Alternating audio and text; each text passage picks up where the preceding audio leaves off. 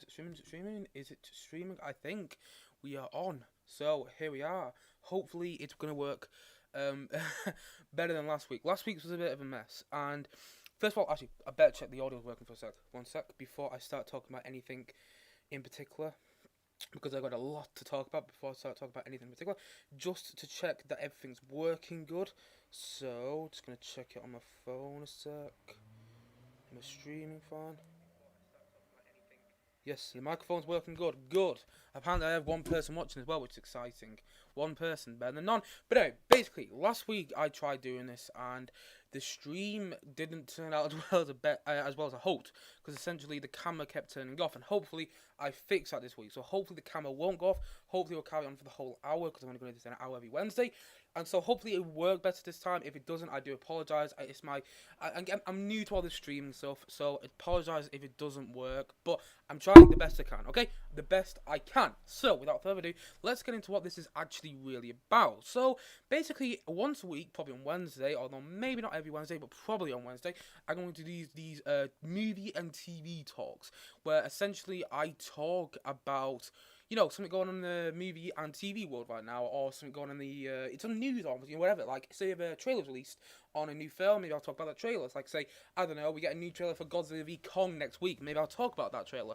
Or we get a new trailer for, I don't know, another Marvel project, something like that. I'll talk about the trailer or something. Or, you know, just talk about some movie news in general. Maybe someone's casted in a new film that I'm really excited about. Or maybe, you know, some filmmakers moving ahead with a film that I really like. Or maybe, you know, another Kingdom moves announced. Something like that. Something which actually gets me quite excited and I want to talk about it. Or something that's just kind of current going on right now. Like, the topics I'm talking about today are just kind of current things that are going on right now. Like, I'm talking about WandaVision, which is finished on Disney Plus, and I'm talking about, you know, No Time to Die, which is yet to come out whenever No Time to Die will come out. And at the same time, though, I'm also talking about Marvel in general. And, you know, Marvel is the biggest film industry right now. Just checking the leaf stream working fine. Oh, look. There's my other camera. That's my computer camera. It looks a bit different. And this is my actual camera that I use for most of my YouTube videos. And that's what I'm doing here. That leads me to my next point. That's what I'm doing here. Essentially, I'm talking about things that I don't really get the time to talk about in the week. Like, in the week, I have a lot going on just in general. And I also want to do film reviews as well. And I watch a lot of films that I just really want to talk about. But the thing is, though, I don't have enough time to do, you know, non-film review videos. So that's essentially what this is. It's like a non-film review live stream. I'm not going to do any film reviews in any of these live streams, because I just want to talk about, you know, film topics, or just, you know, some movie news or something, or a trailer that's just come out. So that's what I'll be talking about.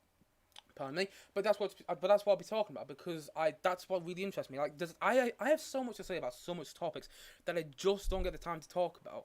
And even if I do get the time to talk about it, again, pardon me, there I just had a little drink of water before I got on the live stream, so it's a little bit there. But anyway, pardon me. Anyway, going back to the topic at hand. I just want to do this like once a week, so I can talk about topics during the movie and news and everything. And in the week, and then in the actual week, I'll be doing my, you know, film reviews on this channel, uploading them like every other day. Like, my next one review is actually going to be Godzilla King of the Monsters, which I'm very excited to share my opinion on that. But at the same time, though, you know, I'll be doing other film reviews and everything. But this probably every Wednesday, I'm going to do like a little movie and TV talk about what's going on in the, you know, movie and TV industry right now, or something to do with a trailer, or some movie and TV news. And also, if you want me to talk about a specific subject in general, please do put in the live chat. It's there, I think. I might be there for you guys, actually. Yeah, it's there. It's there for me. It's there for you guys. So, if you do want me to talk about a topic in particular, please do put in the live chat below and let me know. Just double check everything's working fine. Again, I don't do many live streams, I think people can tell. So, yes. So if you want me to talk about a topic, you want me to talk about any topic in general, just please put in the live chat below, and I'll talk about anything. Honestly, if you want me to talk about the Godzilla v Kong trailer, even though it came out a couple of weeks ago now, I will talk about it. If you want me to talk about, I don't know, the Cruella trailer, I'll talk about it. Anything you want me to talk about, I will talk about in the comment section below. But for today, I'm talking about a topic in particular. I'm talking about three topics, actually. I'm talking about three topics in particular that I have quite a few things to say about. And so the three topics I'm talking about today, the first topic is the two big fundamental problems with WandaVision, and the second topic is why I'm no longer excited for No Time to Die, which is quite sad, to be honest. And at the same time, though, my third big topic today is my problem with the music in Marv movies. The problem with the music in Marv movies, in my opinion. So, without further ado, let's get into the first topic today. I made some notes here as well to get me started. So first of all, let's talk about WandaVision. It ended on last Friday, and honestly, I think it kind of had a bit of a bad end, I must admit. I didn't like the last episode, and I thought it was messy, I thought it was all over the place, and I don't think it worked as an actual episode in the series at all. I thought it was a really bad episode. I'm not gonna lie, of any show. I mean, I think it was really bad in the WandaVision, which is kind of interesting to start. I must admit, like I did my review of WandaVision, and I didn't really say this, but it did have some interesting moments at the start, which had me going, now what's going to happen here? How's it going to go to the end? And in the end, it just became a very Marvel generic thing with, Agatha and Wanda going, I'm a witch, I'm a witch, I'm a witch. And then you got, and you had White Vision and, White Vision and Vision going at each other like one big Marvel movie. Like, I've seen this done before. I don't need to see it done again. And that's what it ended up being in the end. Some really interesting idea for a TV show ended up just being another Marvel TV show. It didn't end up being anything special. By the way, I should apologize. By the way, I am filming this all next to a main road there, so if you hear any like tractors or lorries going past, that's why. It's just sometimes I don't know if the microphone will actually pick it up. But I've actually got but there might be lorries and tractors going on the main road there, so I do apologize if we hear any of that and it's like any interference with the sound. But anyway, going back to WandaVision at hand. I think the finale just suffered, and it suffered quite a lot. And the thing is with the finale, it made me realise two big fundamental flaws with the whole of the show, if I'm being honest. And the funny thing is, I was actually going to do another topic today about talking about all the problems with the final WandaVision episode. But then I've heard some interviews, from Matt Shakeman, the director of all the WandaVision episodes, actually come out and say that he faced a lot of problems with the finale because of COVID-19. And so I've actually not going to do that now because I realised COVID's been a real bad thing for the movie industry and the TV industry. And I can understand why, Matt Shakeman had some difficulties doing the finale. Like I heard some things like they only finished production on the finale for WandaVision 2 weeks ago. We were well into WandaVision 2 weeks ago. I mean, what was it? We won like the 7th or 6th episode like 2 weeks ago. So that's kind of crazy. You only finished production on the whole episode. That is like CGI and everything, but still, you only finished production on the whole of the series 2 weeks ago, which is kind of shocking. And so I am being a bit reasonable with WandaVision, I must admit, because I understand they had a lot of issues with COVID. I understand that the scenes were shot, but they couldn't finish CGI on them. I understand that apparently there was one rumor at one stage that Doctor Strange was even going to show up on it, which would have been really good to see. But then, because of COVID hit, it is what it is in the end. And, I will give credit to that it did manage to finish everything well. And in the end, it did have some sort of a cohesive end for the story it was trying to tell, because in the end it was just trying to set up Captain Marvel 2 and 1 and Doctor Strange 2. That's what it was trying to do in the end, and so it was cohesive in that matter. But honestly, I still think the series had two big flaws, and I think these flaws were I think the problems with this series happened regardless of whether COVID happened. That's what I'm trying to say. That's what I'm going to talk about them today. First of all, let's talk about my first big problem with this show, is that the pacing is all off. The pacing for the show is off. They're literally, episodes 1 to 8 have quite a steady pace. You find out things gradually as the series goes on. Like, you find out things gradually at the end of every episode. At the end of the first episode, you see, the computer screens, you see, like, somebody been watching the WandaVision TV show. At the end of episode 2, there was a whole beekeeper thing. At the end of episode 3, you had Monica Rambeau being thrown out of the hex. At the end of episode 4, you had, and then in episode 4, you had the cut back the curtain. That's at the end of episode 4. But the whole episode 4 was cutting back the curtain in a very Marvel generic way. But anyway, it was what it was. And then in the end of episode 5, what happened at the end of episode? Oh, that was when Evan Peters came into it. That was great. But then episode 6, what happened at the end? Oh, then that's when she expanded the hex. At the end of episode 7, Agatha all along. It was Agatha all along. That was great reveal, by the way. And at the same time, at the end of episode 8, you just had Agatha. She got revealed in her full costume. She was like, you will become the Scarlet Witch and everything. And you had a steady pace with steady reveals. None of the reveals in the show were thrown at you like that. It was all had a steady pace. But the thing is, though, the last episode was just so fast paced, and it's just like, okay, we're gonna answer the question, answer. Or you need to. It was almost like the writers sat down, or the writer of the show. I mean, it says it's written by one person, but I honestly think WandaVision was written by about 10 people stood, in a room together talking about what to do in the show. Because honestly, it seems very all over the place, and it seems like it was written by 10 people. If it is written by one person, I'm sorry. It isn't that well written, and I think that one person did a bad job and didn't really understand what she was dealing with. But anyway, it's meant to be written by Jack Sheffer, and I don't think it was written by Jack Sheffer, by the way. But going back to the whole episode at hand, it seems way too fast-paced, and it seems like it's answering question after question after question after question, because it's set up all those things that it's just answering questions way too quickly. I remember just sitting in the opening scene of WandaVision the first time I watched it, in the last episode, and just thinking to myself, this is way too fast. Why are we jumping around so quickly? And then I realised why. they hadn't answered enough questions going up to this episode. The problem was in the end, just double check that the stream is still working fine. Oh yes, the microphone's still working fine. I went a bit manual there, I don't really know why. But that's the problem with the final episode, the fact that it answered too many questions. It answered them too quickly. It didn't answer enough questions going up to the final episode. I was watching episode 8 thinking, we really don't have enough questions. Okay, one has created the hex. One has created this reality that her and Vision are trapped in. And then there isn't really any other questions than that. Okay, Agatha's heart. And that's great. We found that out at the end of episode 7. We just kind of got that reinforced in episode 8. There was no real questions answered in episode 8. And I don't think episode 8 was bad. I must admit, again, I wasn't the biggest fan of episode 8, but I understand why people would, because, it's quite an emotionally driven Marvel episode. For me, though, episode 8 didn't work. But then when you get to episode 9, I knew it was going to be fast-paced and just not answer all the questions. And that was the problem. And that's one of the big problems of the show. The fact that it's so fast-paced in the last episode. That you actually watch the last episode thinking, oh my god, answer, that's another answer. Okay, that's a bad answer, that's answer. Because you had the whole Ralph Boner thing, which is just thrown in there at one stage. Again, pardon me, I just had a drink of water beforehand, but yeah, I just had a question, an answer. Like, there's way too many answers in the last episode. I don't think that worked, and I think it's all down to, and I just don't think that worked, and the pacing for the series was off. It's not bad pacing the episodes like they were from episodes 1 through 8, but then when you get to episode 9, the pacing is like, here's your answer, I was like, whoa, can I slow down a bit? Like, and this leads me to my last problem, and this leads me to my second big fundamental problem with the whole of the show, and that is, it doesn't exist by itself. It doesn't really answer any of the questions I thought it was going to, any of the important questions, and at the same time, though, I think it's one big setup for future Marvel TV shows and future Marvel films, which I did previously talk about in my actual WandaVision review quite recently on this channel that I did, was last Friday, oh no, it wasn't last Friday, it was last Sunday, or last Saturday, it was one of the days. I can't remember when I actually uploaded that episode now. Well, I have a bad memory. But anyway, back to the matter at hand. Back to the whole thing with my second fundamental problem. It doesn't answer enough questions. What the hell happened to White Vision?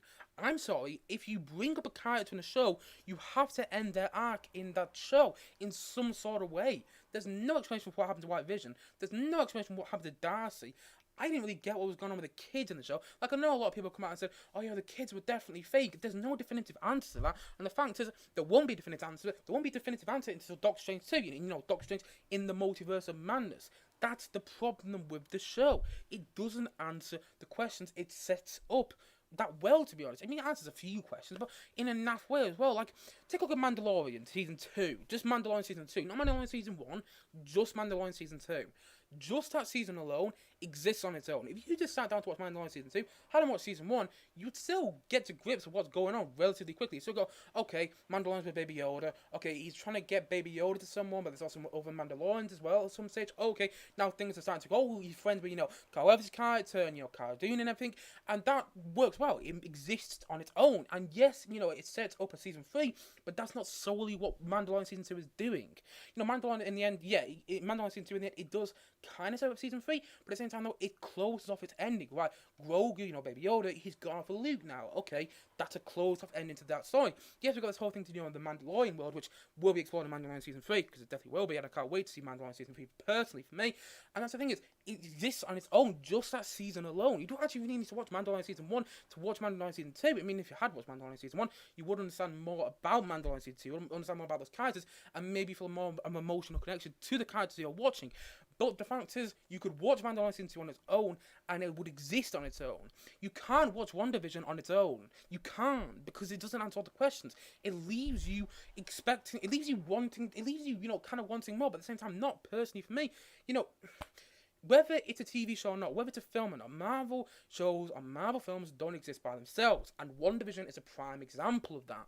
Literally, like I said, character arcs are brought up, and they're not finished. Story arcs are brought up, and they're not finished. And it just feels filler for the most part. I'm going to be honest, I thought about this on Sunday, literally about a day or two after I uploaded my review, and I just thought to myself, it's one giant advert for Doctor Strange 2. It's one giant trailer for Doctor Strange 2 in the end. That's all the show is. It's not its own thing. That's a problem. You want a show to exist on its own. You want a show, okay, start the character arcs there and finish them at the end of the season in some sort of way. Yeah, maybe do a bit of setup for, I don't know, a future movie or future season, but that's not what it did. There's not going to be any WandaVision season 2 because we already know it's going to be in Doctor Strange 2, and I dare say she might be in Spider-Man No Way Home because that's also part of the WandaVision story. So it is just a bit like, why do that then? Why set up all these characters and then not answer? What happened with all the people in the town? I don't understand that at all. What was the point of the people in the adverts we saw on the show? Didn't understand that at all. Like, what was the purpose? What made them so important to be in the adverts? You know, because they were more important than all the other town members, and then we didn't even see them in the end. We got no explanation for that. What happened to the beekeeper? No explanation for that. What was really going on with the kids? And no explanation for that. I've got even more here on my list that I made. What was the point of the show, or more than set up Scarlet Witch? I already thought she was Scarlet Witch, to be honest. I've been watching, you know, Wanda ever since Age of Ultron, thinking, okay, she's the Scarlet Witch. Okay. And then when she got revealed at the end of episode 8, it was like, you will be the Scarlet Witch by Agatha. I was like, I thought she already was. Okay. Do something different in the finale, and then it just ended up being Scarlet Witch. What was the point of this setting up for Doctor Strange 2? I didn't get that, and at the same time, no. Let's talk about some of the other things I've written down now. What happened to WandaVision? Were the kids really real? I keep going on about that because it was such an important part of the show. What was the point of Monica Rambeau in the show, apart from setting up, you know, Captain Marvel 2, which I didn't need to set up for that film? You know, why is it setting up Captain Marvel 2? That film hasn't even gone into production yet. Come on, Marvel. And you know, what was the point of having Evan Peters there? But he talks about that. I'm not going to go into that today, though. But seriously, Ralph Boner, that was absolutely brilliant. Got some more list here on my next page in my book. 1 second. Story arcs should start and end in a series. That's what I've already said, and I think. And you know, don't introduce characters if you're not going to finish off that arc. You know, characters are introduced in Mandalorian Season 2, and the arcs are finished off in that season. Yes, there might be a little setup for something else, like Boba Fett. His character arc is started. Boba Fett, we meet him in Mandalorian Season 2, halfway through, really. That's when we properly meet Boba Fett, and then his arc is finished at the end of the season. And the thing is, though, yes, it sets up for a Boba Fett TV show, the Book of Boba Fett, that's what it's going to be called. But that's not solely what Boba Fett is doing in that show. Boba Fett is its own thing in that show. He has his own story, and yes, in the post-credit scene, it sets up its own story. But the thing is, the post-credit scene is set after the whole story takes place. That's why I'm not talking about the post-credit scenes in this whole thing to do the two fundamental problems with, you know, WandaVision. That's why I haven't talked about the post-credit scenes, because they're not part of the story. I'm fine with post-credit scenes. I don't understand the post-credit scenes of this show, but I'm fine with them. But the thing is, though, the rest of the show to set up other Marvel TV shows and other Marvel films, which I didn't need it to do. What was the point of Monica Rambeau? What was the point of her? Okay, set up Captain Marvel 2. Great. That's a film coming out over a year from now. That film hasn't even gone into production. What was the point in it? I don't understand in the end. It didn't make any sense. I didn't get the point of having her in the show. Let's see if we got anything else on. You know, what's the point of Darcy? You know, Darcy from the Thor movies. Why did she show up in there? There was no good reason for Darcy actually being in this show. You know, okay, that's a person from the Thor movies. Okay, that's great. But what significance she actually got to the show? It didn't have much significance at all. She just kind of went away at the end, and I'm dare to say, she already said, you know, Kat Dennings, the actress who plays Darcy, and even said, oh, I'm showing up in a future Marvel show. She'll probably show up in Thor Love and Thunder. If she isn't in Thor Love and Thunder, I'll be very surprised. But that's the thing, though, she just kind of slipped away. Like, okay, now I'm going to have to find out what happened to her character in a movie that's over a year away. Great. Can't wait for that. What was the whole weird rabbit thing to do with Agatha? I've heard that was meant to be a demon or something. What the hell was that about? A demon? I've heard from Matt Shakeman that was meant to be a demon, and they couldn't finish off the CGI for that scene. They didn't make that clear, if I'm being honest, and I thought that wasn't that well planned. Let's talk about something else. Let's talk about there was way too many characters as well, and they didn't finish. I think that is another problem with it. It has its what I call characterizers, like what Game of Thrones had in the end, where it didn't have enough time to finish off all the characters' stories in the end, that it finished off badly, and that's what the case was in the end. It started off character arcs that it just couldn't finish. Why bring up WandaVision at the end of episode 8? Well, in the post-credits scene of episode 8, and then not finish off his story? That's not how a series should work. That's not how any series should work. Even if it's just like a middle season of a show, like say it's, I don't know, season 4 of, I don't know, Mandalorian. Say season 4 of Mandalorian, and that will have its own story. Yes, it might kind of set up season 5, but it won't solely do that. And WandaVision in the end is just solely a setup for Doctor Strange 2, Captain Marvel 2 to a degree, and just future Marvel TV shows and future Marvel films that I I didn't need a setup for. WandaVision should exist by itself, and personally, I just don't think it does. And so those are my two big fundamental problems of the show. The pacing off, the pacing is off. Episode 1 through 8 have a steady pace, but when you have slow reveals as to what's really going on, and then episode 9 is like, okay, answer. Oh God, we forgot to answer so many questions. We need to capture so fast paced. And then my second big problem in the show is that it doesn't exist on its own. And that's a problem with any show. I would have this problem with Mandalorian, but the fact is Mandalorian doesn't set up The Force Awakens in the end. It's its own thing. You don't actually have to really watch any other Star Wars films, or any other Star Wars, anything, to be honest, to watch Mandalorian. That's what makes it so unique. It doesn't set up anything, and it exists on its own. And there's way too many characters in there. It starts character arcs, and it doesn't finish them. And in the end, it didn't work as well as I hoped it would. Pardon me again. It's just the thing that it should exist on its own, and it doesn't in the end. And, whether it's a Marvel TV show or not, it should have character arcs that, start the start series and then end at the end of the series.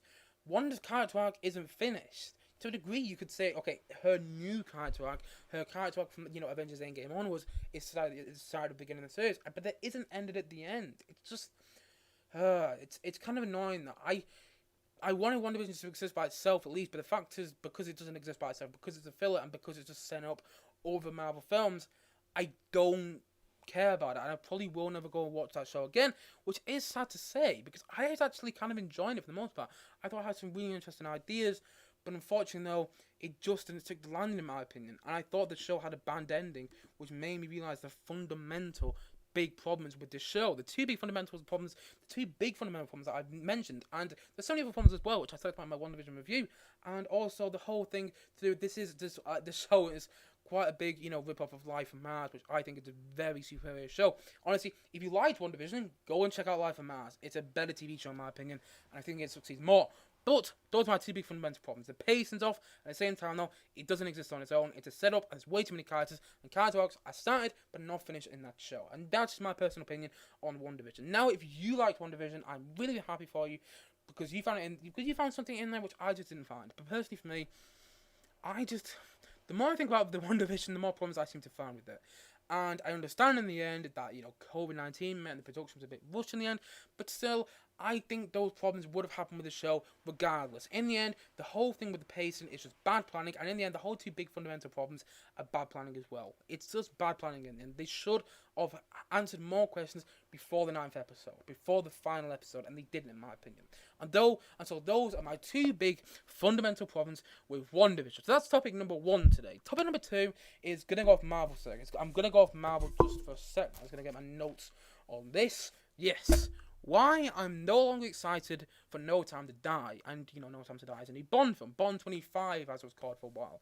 We didn't get a name for it for a long. I think it was when the Billie Eilish, song came out. Which, by the way, I'm not a fan of the Billie Eilish song, I must admit. But we didn't get a name for the actual film until the Billie Eilish song came out. I'm not a fan of WandaVision. WandaVision? What am I going on about? That was what I was just talking about. Right, let me get my head in gear. Just hang on, have a little drink, okay? Just thought I'd change topic.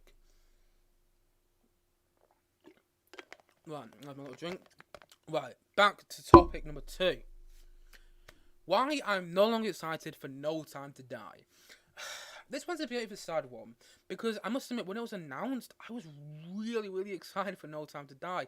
I've got to admit, it was actually one of the most, back in 2020, it was actually one of the films I was looking forward to the most, and unfortunately now, it's not. It almost feels like it's been and gone, and that's one of the reasons I'm not looking forward to it. Like, there's 3 big reasons I'm not looking forward to No Time to Die anymore, and that is reason number 1. It feels like it's already been and gone. In the end, this was a movie which was meant to come out in 2020. They've even actually got to go back and do some production on the film because they had some product placement and some advertising for other products in there, which just it's outdated now. So they've actually got to go back and through special effects had to actually go and do some reshooting of some certain products. And I bet Daniel Craig feels fantastic about that. Maybe have to do some reshoots. I bet he feels great about it. But put the Bond world behind me. Oh no, wait, no. because we have to do some product placement reshoots. That's a bit funny in my opinion, but it feels like it's been and gone. It feels like we've already had Bond. We had the trailer like back in 2019, didn't we? Like the first trailer or something, the first few images from the film. I just remember thinking, oh, okay.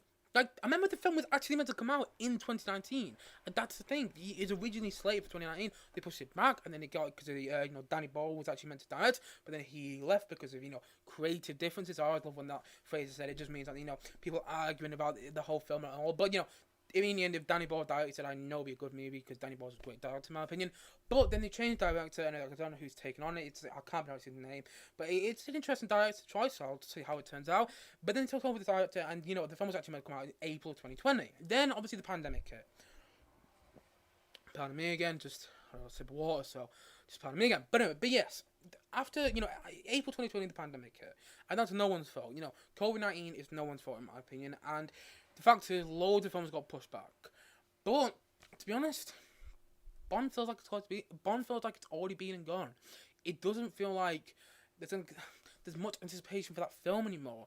I feel like it's just been and gone. We've had the trailer. We've had, Daniel Craig doing some press for the film. And then in the end, it's not coming out till October this year. I'm not excited for it because it just feels like it's already been and gone, and there's nothing building up to it anymore. I'm not excited for it.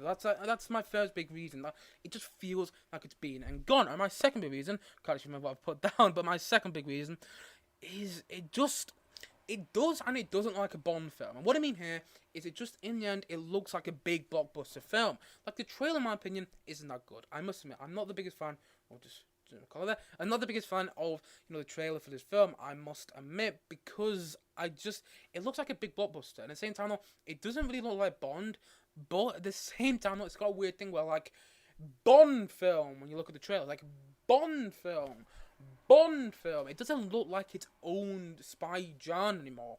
It looks like a big blockbuster, and it looks like its own genre of Bond film. That's what it looks like, and I just it doesn't look that interesting to me. It just looks like a very generic film. Like, the thing is, I'm watching the Bond films right now. I recently reviewed Golden. I did a big whole rant on that. Got very angry with that review, and I got my review of Tomorrow Never Dies coming very soon on this channel. Probably going to upload that within the next week. That's a sequel to Goldeneye. And by the way, I'm not going to give my opinion on Tomorrow Never Dies. I was about to, but I'm not going to give my opinion. Shoot, I almost did that. I want to get views of my Tomorrow Never Dies video. But anyway, going back to No Time to That Hand. I've seen Bond films all the time now, and they've all got the same plot. They literally have. You have Bond, he's sent on a mission, he meets a girl, probably hooks up with that girl, and then you might get the girl to be a bit of a bad character, or might get a side character to be a bad character, you get the real villain who's revealed, and then Bond has to go and stop the real villain to be revealed, and Bond has to go and stop the villain before it's too late, and the villain's a power play plan interaction, but Bond just manages to win in the end, and ultimately gets the girl. That's the plot of every single Bond movie. To a degree, okay, yes, some plots have changed, some plots are a bit different, and sometimes you might get, different characters. Like, you might get a sub-boss, a sub-bad guy, the bad guy before the real bad guy. You might get that in some Bond films, but the thing is, I've described the Mission Impossible films as well, now I'm thinking about it. I've described most spy films, from the, what I can think about, I've described the Bond films and the Mission Impossible films just then. You get Bond, or you get Ethan Hunt, in the Mission Impossible, Tom Cruise character, and he gets sent on a mission, and on the mission he meets a girl, hooks up with the girl, and then he meets the big bad guy, and the big bad guy's revealed and everything, and then just before the big bad guy's about to put his actual plan into action, Bond or Ethan Hunt, Tom Cruise, the character in the Mission Impossible franchise, manages to win. In the end, that's literally the plot of every single Bond or Mission Impossible film. So what makes a Bond film different? Literally nothing from the trailer, in my opinion. Honestly, the trailer just looks like Bond film. Bond film.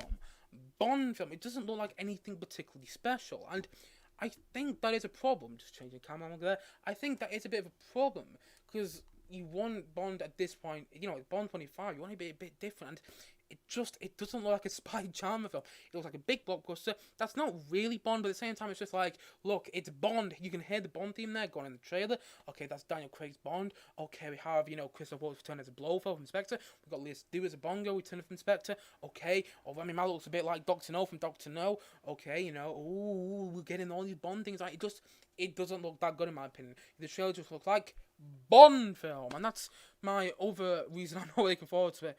It doesn't look like anything particularly special, I must admit. And my third reason that I'm not looking forward to this film, my third reason I'm not looking forward to No Time to Die, is that I think people's expectations are too high for this film. And to be honest, I think it's going to let us all down. Now, I might be wrong here. I might go and watch No Time to Die in October, although I personally think it's actually come out. I don't personally think it's going to come out in October. I actually think it's going to come out next year. But, that's my own opinion. That's my own opinion. But I don't think Bond's actually going to come out this year. But when Bond does eventually come out, I think it's going to let a lot of people down. Because I think people have a certain expectation with this film. I just see I don't know if the sync's right, by the way. Apologies if the sync's not right on the whole camera and everything. I was just trying to get a millisoap frame there. But yes, that's the thing. I think it doesn't really. I think expectations are too high for this Bond film. That's what I'm trying to say. I think people are expecting too much from this film because it's been pushed back so many times. I'll just kind of angle a bit just so you get a bit of a sense from that.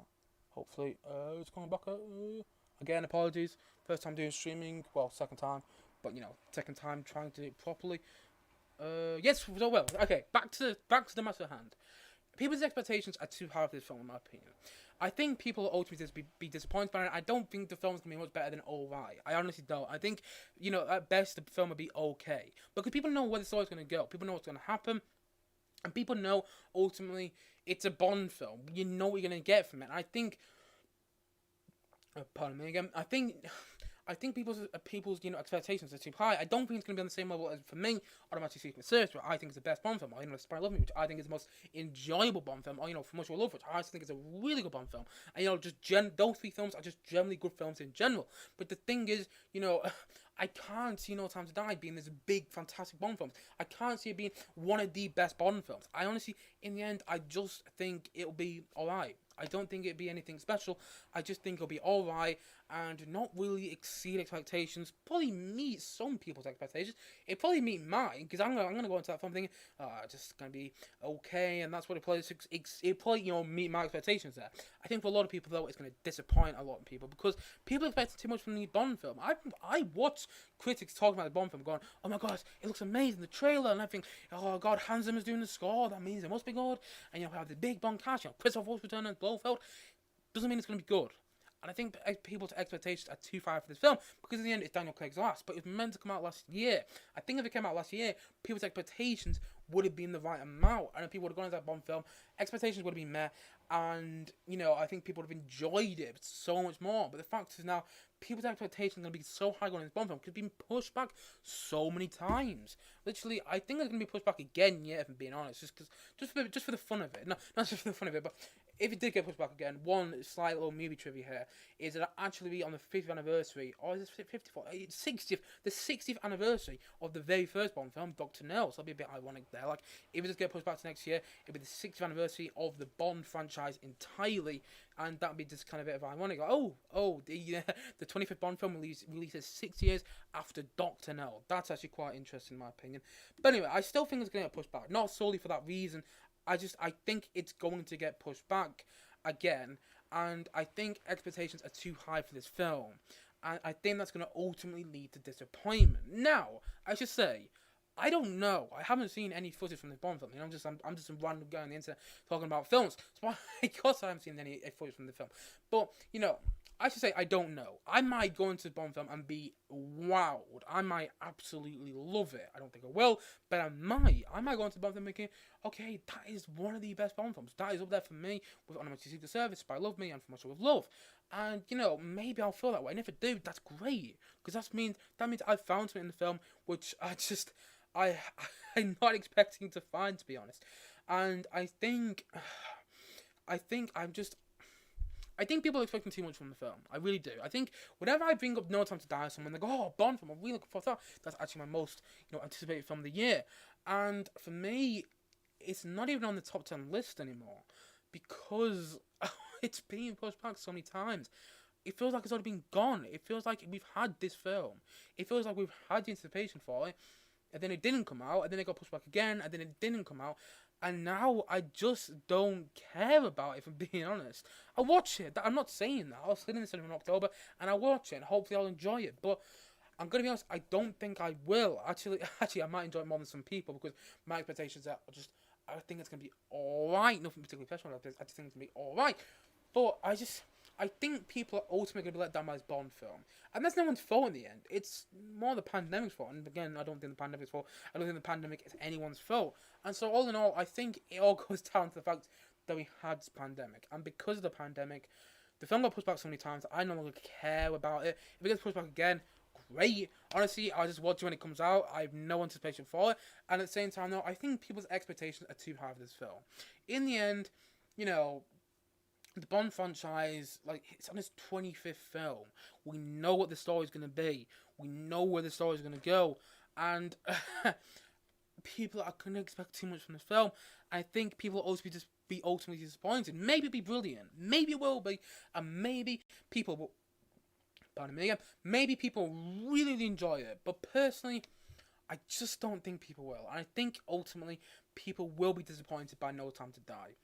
And I hate that, I really do, because I kind of want to like it. I really do. But honestly, the trailer doesn't look that good in my opinion. And it just looks like it's going to ultimately disappoint. It looks like it's going to be another big blockbuster that comes out in 2021. One that probably about a year later people forget about. Oh, No Time to Die came out last year. Oh yeah, remember that? Yeah, remember No Time to Die came out. Oh, yeah. That's what it's going to feel like in the end, in my opinion. I think expectations are going to be let down. I think it's already been and gone, the anticipation for the film, personally for me anyway. And at the same time though, it doesn't like a Bond film. Honestly, the trailer just looks like Bond film, and at the same time though, it doesn't look like anything particularly special. I might get proven wrong, I hope I am, but honestly, I don't have much expectation for the next Bond film. I don't really have much expectation. Look, can't speak. I don't really have much expectation for No Time to Die, I must admit. And so that is my second big topic today, why I'm no longer excited for No Time to Die. But my third big topic today is the problem with Marvel music. Now, just before I get into this topic, quick drink of water. Oof, I'm on a roll now. We are currently on 36 minutes, people, almost to 37. Alright, one viewer. Hello, one viewer. If you want me to talk about anything in particular next week, please do put in the live chat. I don't know if anything's actually going to come up in the live chat. For me, that's a bit annoying because don't know what's happened with the live chat for me. So if you want to put anything in the live chat, I'm going to open my phone instead just to see if anyone wants to. There's literally, apparently according to my computer, live chat doesn't exist. Okay, that's kind of sad. Right, I'm gonna double check now. So double check anyone hasn't put anything in the live chat, just in case I miss anything. Okay, if you want to put something in the live chat, I will see. So please do let me know, and I will talk about it next week. So if you want to talk about anything else next week in particular, then please do put in the comment section below and let me know what you want to talk about next week. But until then, let's talk about my third big topic today. And my third big topic is the problem with the music in Marv movies. Yes, it's on this page. I made a little note. You see, I'm getting prepared now, people. Just double check my camera's all right. Oh no! Oh no! My microphone's falling down. No! Right, just a little tweaking here. Apologies for this. I've just been moving the cable a bit. That's fine. Yeah, it's fine. Right, the camera's back in place. Microphone's back in place. Let's get into topic number 3. And my third topic today is the problem with the music in Marvel movies. Now, what I'm saying here is not the movies are better than, I'm not saying, Marvel movies are bad here. I personally don't really like them. I'm not saying the movies are bad. What I'm saying is the music isn't as distinctive and isn't as memorable and doesn't carry on to the films as it should be. It isn't as memorable as it should be, and I think it should carry on to more films. Like in the end, we have 10 Marvel projects come out this year, and which is kind of incredible to think about, really. We have 10 Marvel projects coming out this year, but I don't think the music is going to really carry on into any of them. One second, I've just got things falling down on my feet. Yeah, it's fine. But anyway, right. Well, my big problem with Marvel music is this: it's not distinctive, and it doesn't carry on into other films. Pardon me. Basically, what I mean by this. Pardon me again. Basically, what I mean by this is that take a look at, I don't know, let's talk about a theme there.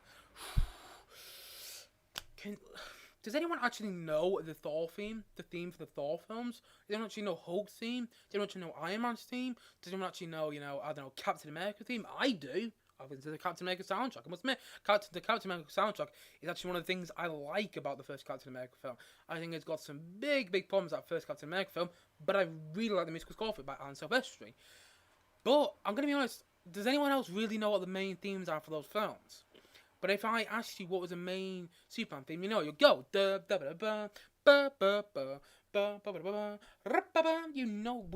know what I mean by the main Superman theme. You don't even know what I mean by if I asked you what was the main theme for Tim Burton's Batman film, because you probably played the Lego Batman game if you know that, because it actually is in the Lego Batman game. I've got things falling down my feet. One sec. You stay there. Right. Okay. What I'm talking about is the music in Marvel movies, though.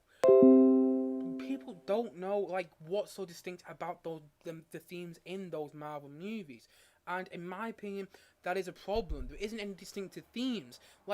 I know the themes of the Marvel movies because I've listened to them, but honestly, they're not that distinctive. What's Hulk's themes? What's Thor's theme? What's Captain America's themes? What's Iron Man's theme? What's Black Widow's themes? What Hawkeye's theme? These are characters who have been in the Avengers movies, and yet we don't know their own theme tunes. That's a problem, in my opinion, because you want a character to have a distinctive theme tune. So when you hear it, you go, okay, that's Thor's theme, that's Captain America's theme, that's Iron Man's theme. And to a degree, you could say that about Captain America, because he does have his own theme, but he only really has it for the first Captain America film. He kind of into the second one, and not really in Civil War, because in the end, Civil War is just, Avengers 2.5. So, it doesn't work in the end. You need to have distinctive Marvel music. You have a very distinctive Marvel theme for certain characters, and the films just don't have that. And honestly, that leads me on to my second point. The music doesn't carry on into other films. Say all about DC films. The DC films going on right now. But when you hear Wonder Woman's theme, when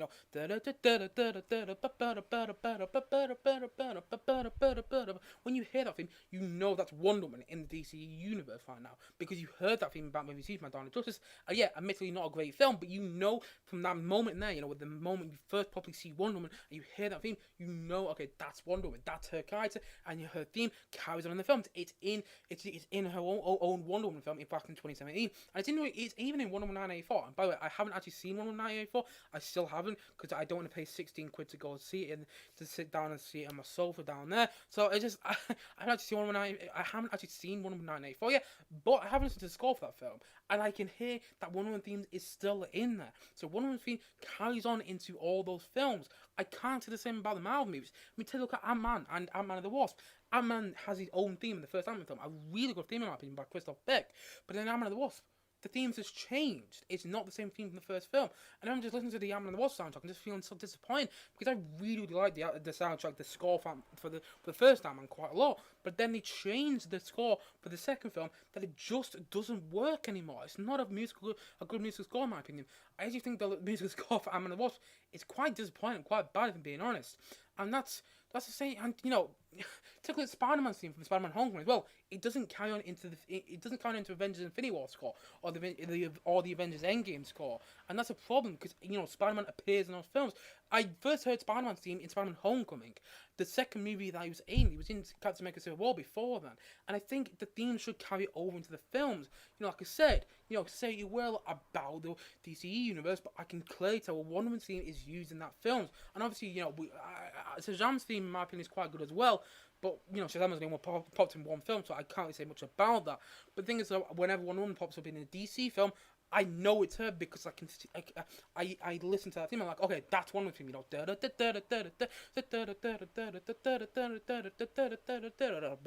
and that works really, really well. But there's no distinctive Marvel themes, and they don't carry on into the other films that they are in. What's Thor's theme? I don't even know that, and I'm a huge musical film nerd. What the hell is Captain America's theme, and where the hell does it carry on to? Alan Silvestri composing music for Captain America: The First Avenger, composing music for Avengers Assemble, composing music for Avengers Infinity War and Avengers Endgame. The thing is, Captain America's theme is not actually in the score for Avengers Assemble. It's not in the score for Avengers Infinity War, and it's not in the score for Avengers Endgame. That's a problem. That should be carried on into the films. And I'm not saying the films are bad. That's not what I'm saying. I think the music should be more distinctive, and you should know, okay, that theme's from that film. Okay, oh, that's Captain America theme. Oh, that's a really interesting theme. And you know that with DC characters, you know, okay, that's Superman theme. That's Batman theme, in my opinion. I know when Batman theme pops up in a film because I know it's a way. You know, the Danny Elfman Batman theme, that works really well, but it doesn't pop. But the thing is, Marvel music, that doesn't happen. You know, we had Wanda's theme in WandaVision. Going back to WandaVision for a sec. But then, as good as that theme was by Christoph Beck, will it appear in Doctor Strange 2? Because we know one is going to be in Doctor Strange 2. Will it appear in there? And I think that's a problem. And yes, we had, you know, a bit of the Doctor Strange theme at the end in the final post-credits scene of WandaVision. But to be honest, I just don't know. Like, that's like the only instance that's really happened. Yes, the Spider-Man theme has carried on from Spider-Man Homecoming into Spider-Man Far From Home. But apart from that, though, I'm struggling to find any Marvel sequels or something like that has actually happened.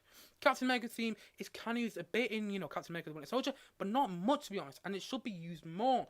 And I think that is a problem with it. I think the music isn't distinctive, and I think that the themes should carry on into other films. When you see Captain America in an Avengers film, you should hear Captain America's theme. When you see Thor in an Avengers film, you should hear their themes, or even just Thor's own movie. There is a solid Thor theme going on for all the movies. You know, there isn't a solid Thor theme that carries on into, you know, Thor the Dark World and Thor Ragnarok. There isn't a solid theme that carries on over those three movies, and that is a problem in my opinion. And even the Ant-Man movies.